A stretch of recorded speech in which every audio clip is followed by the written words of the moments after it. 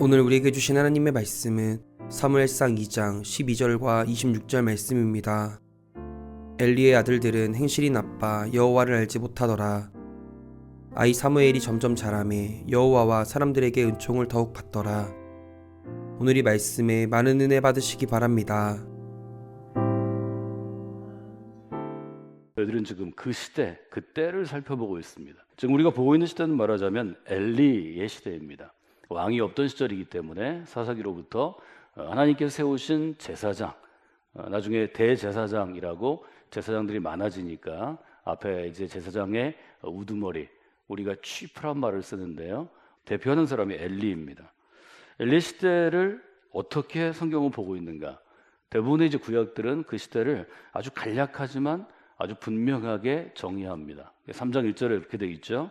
아이 사무엘이 엘리 앞에서 여호와를 섬길 때에는, 짧게 축약해서 말하면 엘리가 하나님의 사람으로 서 있을 때에는, 혹은 하나님이 엘리를 세우신 그 시대에는 두 가지 특징이 있었죠.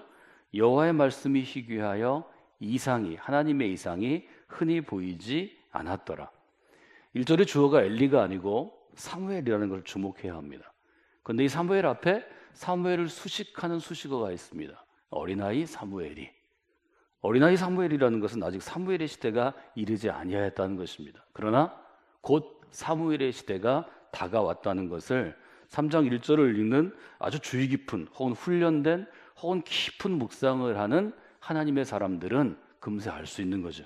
아, 엘리의 시대가 이제 끝났구나. 엘리의 시대가 끝나면 사무엘의 시대가 올 거구나. 그래서 사무엘상 3장에 이르면 엘리의 시대, 옛 시대와 새로운 시대, 사무엘의 시대가 구분이 됩니다. 서로 말하자면 비교할 수 있는 것입니다. 왜 시대를 구분할까요? 왜 시대를 비교할까요? 왜 엘리의 시대와 사무엘의 시대를 이처럼 극명하게 서로 대조해서 우리에게 보여줄까요? 하나님께서 우리에게 주실 교훈이 있기 때문입니다. 엘리의 시대와 사무엘의 시대가 너무 다르기 때문입니다. 바울이 표현한 것처럼 옛사람과 새사람이 완전히 다르듯이 엘리의 시대와 사무엘의 시대는 다른 시대가 되었습니다. 엘리의 시대의 특징을 아주 분명하게 얘기하죠. 하나님의 말씀이 희귀한 시대입니다. 또 하나는 하나님의 이상이라는 기둥입니다. 하나님의 이상이 보이지 않는 시대입니다. 반대로 얘기하면 사무엘의 시대는 어떤 시대가 될까요? 하나님의 말씀이 풍성하게 거하는 시대가 될 것입니다. 하나님의 이상이, 하나님을 바라보는 사람, 하나님의 보좌 앞으로 나아가는 사람, 하나님의 영광을 기대하는 사람에게는 누구에게나 허락되는, 즉 누구나 볼 수 있는 그런 시대가 될 것입니다. 성경은 그런 의미에서 미래를 향한 책입니다. 그 미래를 향해서 거룩한 기대를 품고 있으면, 하나님의 도우심을 구하시면, 하나님을 향하여 나의 인생이 열려 있으면, 하나님을 향하여 내 인생이 쓰임받도록 내어드리면, 헌신하면 하나님이 그 일을 이루시는 것입니다. 하나님의 말씀이 희귀하다는 것은 어떤 뜻인가? 희귀하다는 것은 우리의 무리말 번역은 희귀하다로 되어 있지만 아주 보배롭다 이런 뜻이었습니다. 귀하다는 뜻입니다. 그러나 여러분, 진짜 보물은, 진짜 귀한 것은 흔하지 않은 것입니다. 제가 확률로 말씀드렸습니다. 1%도 흔한 것입니다. 0.1%, 0.01%, 만분의 1, 10만분의 1, 100만분의 1이 돼야 아주 귀한 것입니다. 값비싼 보물을 찾기가 힘들듯이 엘리의 시대 가운데 하나님의 말씀을 찾기가 그렇게 어려웠다는 것입니다. 그래서 성경은 우리에게 도전합니다. 하나님의 말씀은 하나님의 말씀에 목마른 영혼들을 향해 누구에게나 열려 있어야 합니다. 하나님이 세우신 교회는 하나님의 말씀을 목마른 사슴처럼 찾고 갈망하고 갈구하는 모든 영혼에게 아주 시원한 생수를 늘 공급하는 곳이 되어야 합니다. 여러분, 교회를 품고 매일 기도하는 분들이 되셔야 합니다. 하나님, 이 메마르고 이 황폐한 시대 가운데, 이 황량한 땅에서 하나님의 시원한 생수를 원하는 이들에게 성광교회 믿음의 공동체가 생수를 충분하게 공급하는 샘의 근원이 되게 하여 주시옵소서. 그 기도가 힘 있는 것입니다. 하나님이 그 기도를 원하시기 때문입니다. 사랑하는 여러분, 값비싼 보물을 찾기 힘들듯이 하나님의 말씀을 찾기가 힘든 시대가 어딘데나 올 수 있습니다. 우리 시대 가운데도 올 수 있습니다. 특별히 우리 자녀들의 시대 가운데 그 메마른 땅이 시작될 수 있습니다. 지금부터 우리가 기도해야 합니다. 하나님의 말씀이 풍성한 시대를 우리의 자녀와 자녀 세대가 살아가게 하여 주시옵소서. 여러분 기도할 때 하나님께서 응답해 주실 것입니다. 하나님의 말씀처럼 귀중하게 생긴 것은 구약 시대에서는 하나님의 이상이었습니다. 하나님의 이상은 보이지 않는 하나님의 일종의 영광입니다. 영광은 즉 우리가 이 조명을 보듯이 빛남, 광채라는 뜻입니다. 하나님의 이상을 볼 수 있어야 합니다. 하나님을 바라보는 사람, 하나님을 위하여 거룩한 기대를 품는 믿음의 공동체와 믿음의 사람들에게 하나님은 늘 하나님의 비전, 하나님의 이상을 공급해 주십니다. 성강교회에 하나님의 이상이 공급되는 일이 매일매일 24시간 일주일 한 달 중단되지 않는 교회가 될 것입니다. 여러분, 우리 믿음의 자리에서, 우리 예배의 자리에서 여러분의 기도 가운데 하나님의 이상을 체험하는 분들이 되시기를 원합니다. 저는 두 가지 이유를 여러분과 함께 나누었습니다. 첫째, 하나님의 말씀이 희귀해지고 하나님의 이상이 보이지 않는 이유는 첫째, 리더인 엘리가 기대하지 않았기 때문입니다. 영적인 리더가 그 시대를 책임져야 할 책무가 하나님으로부터 주어져 있습니다. 이게 무거운 것입니다. 리더는 꿈꾸는 사람입니다. 리더는 기대하는 사람입니다. 그 시대에 하나님의 영광이 기대했던 것만큼 풍성하게 임하지 않아도 10년 후에는 20년 후에는 임하실 하나님의 역사를 미리 보고 선포하는 자입니다. 우리는 그런 사람들을 미리 봤다 해서 선견자라고 부릅니다. 선견, 그것이 바로 예언자의 뜻입니다. 미리 보는 것입니다. 사무엘상 3장 2절은 얘기합니다. 엘리의 눈이 점점 어두워졌습니다. 엘리의 눈이 잘 보지 못하는 때가 되었습니다. 2절에 아주 분명하게 기록되어 있습니다. 둘째 답변은 자녀 세대가 기대하지 않았기 때문입니다. 노인이 된 엘리가 기대하지 않은 것, 일견 이해가 될 수 있습니다. 노년은 힘들고 어렵고 쓸쓸한 것이고 미래를 볼 수 없을 때입니다. 그러나 20대는 다릅니다. 10대는 다릅니다. 청년의 때는 미래를 향해서 그의 인생이 오리엔테이션 되어 있는, 서 있는 때입니다. 어떻게 젊은이가 미래를 기대하지 않을 수 있을까요? 왜 젊은이가 미래를 기대하지 않게 되었을까요? 대를 위해서 물려지는 그런 시대 가운데 왜 엘리야 같은 탁월한 제사장의 자녀들이 미래를 기대하지 않는 그런 어리석은 제사장이 되었을까요? 사무엘상 2장은 엘리의 집안, 특별히 그 아들 둘에 대한 악한 행실에 대한 고발입니다. 12절은 이렇게 시작합니다. 엘리의 아들들이 있었는데 그들은 행실이 나빠서 여호와를 알지 못하였더라. 얼마나 충격적인가요? 제사장은 여호와를 알고 여호와를 알게 할 의무가 있는 직분입니다. 하나님의 백성들에게 여호와를 알리는 사람입니다. 여호와를 알려야 될 제사장이, 젊은 제사장이 여호와를 알지 못했다는 것입니다. 여러분, 그리스도인의 가장 치명적인 문제는 무엇일까요? 그의 외모일까요? 혹은 칼을 잘내는 그의 성품일까요? 아니요. 그가 여호와를 알지 못하는데도 그리스도인이 되고, 여호와를 알지 못하는데도 그가 목회자가 되고, 여호와를 알지 못하는데도 교회에서 직분을 가진 평신도 사역자가 될 때 그게 치명적인 질병이 되는 것입니다. 그리스도는 여호와를 아는 사람입니다. 여호와를 알지 못하는 자가 제사장이 되어 있을 때 그 시대가 영적으로 바로 설 수 있을까요? 사무엘상 2장은 아주 무서운 이야기를 지금 우리에게 하는 것입니다. 신앙은 무엇입니까? 첫 번째 정의는 신앙은 무엇을 아는 것이라고 말씀드렸습니다. 영어로 표현하면 knowing something입니다. 신앙은 하나님을 아는 것입니다. knowing God입니다. 신앙은 그리스도를 알아가는 것입니다. knowing Christ입니다. 신앙은 복음을 아는 것입니다. 이것이 바로 신앙입니다. 그러므로 우리의 믿음은 알므로부터 시작됩니다. 그런데 여호와를 알지 못했다고 지금 이야기하는 것입니다. 호세아 4장 이렇게 시작하죠. 나의 백성이 나를 알지 못함으로 지식이 없으므로 망하게 되었도다. 호세아에 보면 세 가지 기억할 수 있습니다. 첫째, 하나님의 백성은 지식이 없을 때 망하는 것입니다. 두 번째, 하나님의 사람들이 지식을 버릴 때 호세아는 경고합니다. 지금 내가 지식을 버렸는데 나도 너를 버릴 것이다. 아주 호세아는 이스라엘 사람들에게 분명하게 얘기합니다. 너희들이 나를 알지 못하면 나도 너희를 버리게 할 것이고 제사장이 되지 못하게 할 것이다. 이것은 지금 엘리의 아들들에게 주는 경고의 말씀이 바로 이 말씀이 아니었을까요? 세 번째 얘기합니다. 내가 내 하나님의 율법을 잊었으니, 하나님이 주신 토라는 하나님의 정신입니다. 토라는 하나님의 백성들이 마땅히 살아야 할 바를 규정한 하나님의 삶의 기준입니다. 토라는 삶의 표대입니다. 하나님의 사람은 마땅히 이러이러하게 살아야 할지니라 신명기 법전입니다. 그것들을 잊어버리게 되면 그 다음에 어떻게 쓰여 있죠? 나도 내 자녀들을 잊어버리리라. 이스라엘이 그래서 하나님에게 잊혀진 자녀, 잊혀진 백성이 되었습니다. 6절 다시 한번 같이 읽어볼까요? 내 백성이 지식이 없으므로 망하는도다.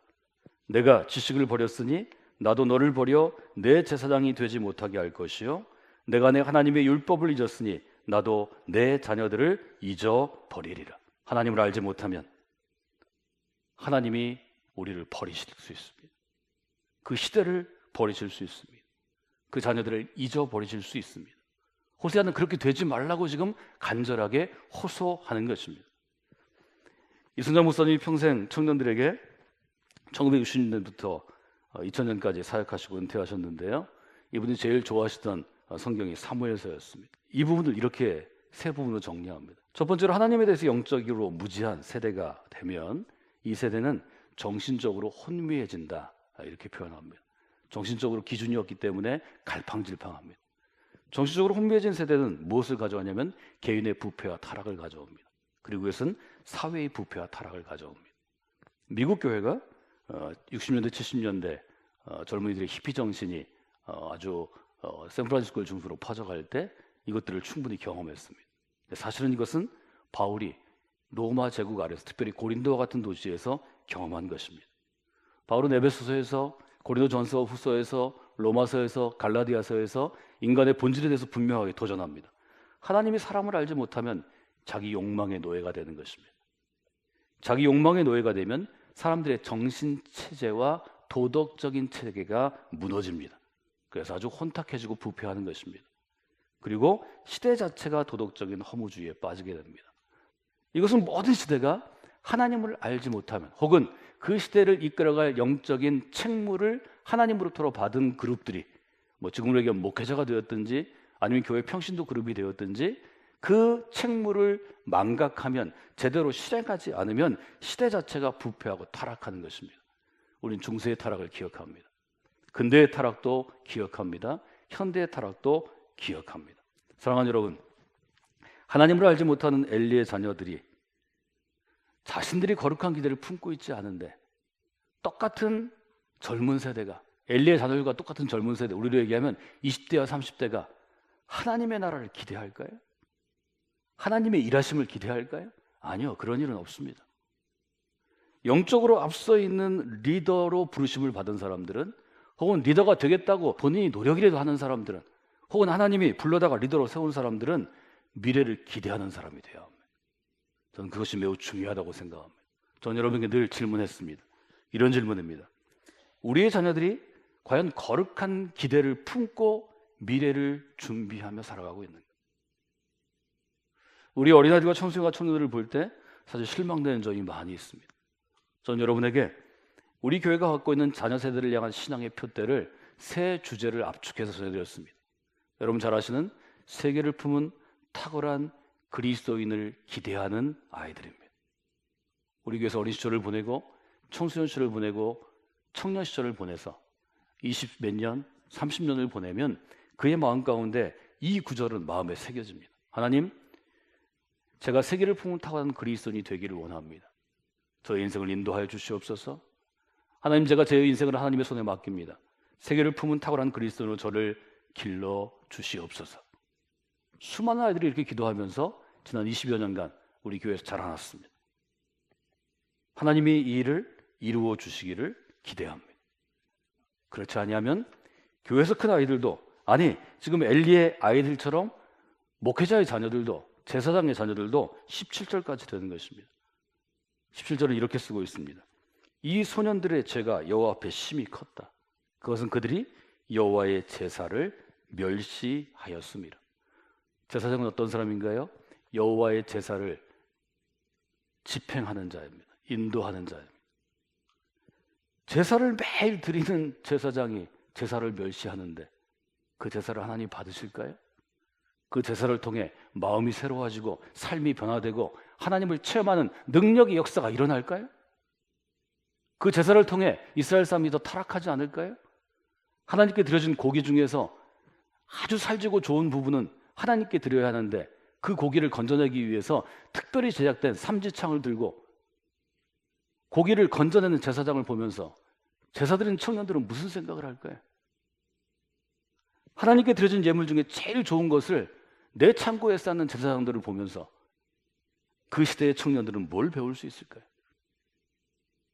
저는 오늘 설교의 제목을 이렇게 정해봤습니다.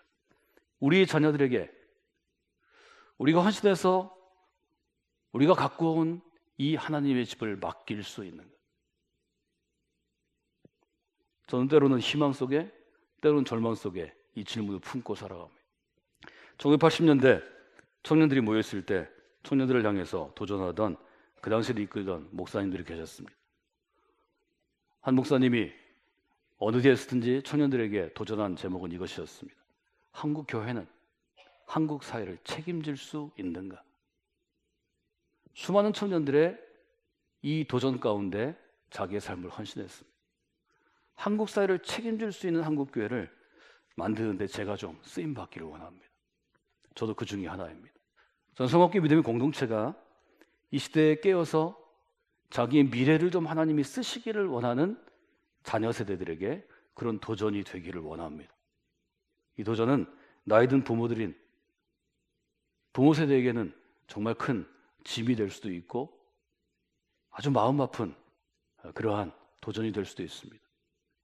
그러나 젊은이들의 마음을 격동케 하고 하나님을 바라보게 하고 미래를 준비하게 하는 일은 누군가는 해야 할 일입니다. 청년의 눈은 미래를 향해 있어야 합니다. 저는 성광교회가 청년교회라고 생각합니다. 우리의 눈이 미래를 향해 있으면 하나님이 청년처럼 우리 교회를 사용하실 것입니다. 하나님께서는 그 미래를 향한 눈, 미래를 향한 믿음, 미래를 향한 인생을 붙잡아서 미래를 변화시키는 Changing Future 하시는 분입니다. 전 성광교회가 또 저희 인생이 저와 함께하는 우리 팀의 사역이 그렇게 쓰임받기를 위해서 기도하고 있습니다. 여러분 사무엘상에서 제일 중요한 구절을 꼽으라고 그러면 사무엘상 2장 30절을 꼽을 수 있습니다. 뭐 여러 가지 얘기가 있지만 뒷부분 때문입니다. 저를 따라서 하실까요? 나를 존중히 여기는 자를 내가 존중히 여기고 나를 멸시하는 자를 내가 멸시하리라. 하나님은 그런 분입니다. 나를 존중히 여기는 자를 하나님은 존중히 여기십니다. 하나님을 존중히 여기는 교회를 하나님께서 존중히 여기실 것입니다. 하나님을 멸시하는 자를 하나님은 경멸하시고 결국 그를 망하게 하십니다. 하나님을 멸시하는 교회는 하나님께서 무너뜨릴 것입니다. 이것은 매우 중요한 것입니다.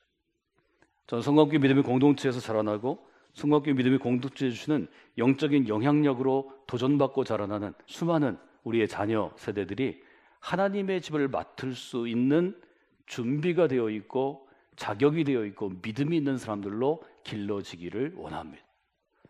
이것은 우리가 열심히 노력하지만 하나님께서 결국 행하실 일입니다. 성곽교회가 그렇게 쓰임받도록 여러분 기도해 주십시오. 하나님께서 그 기도 가운데 응답해 주실 것입니다.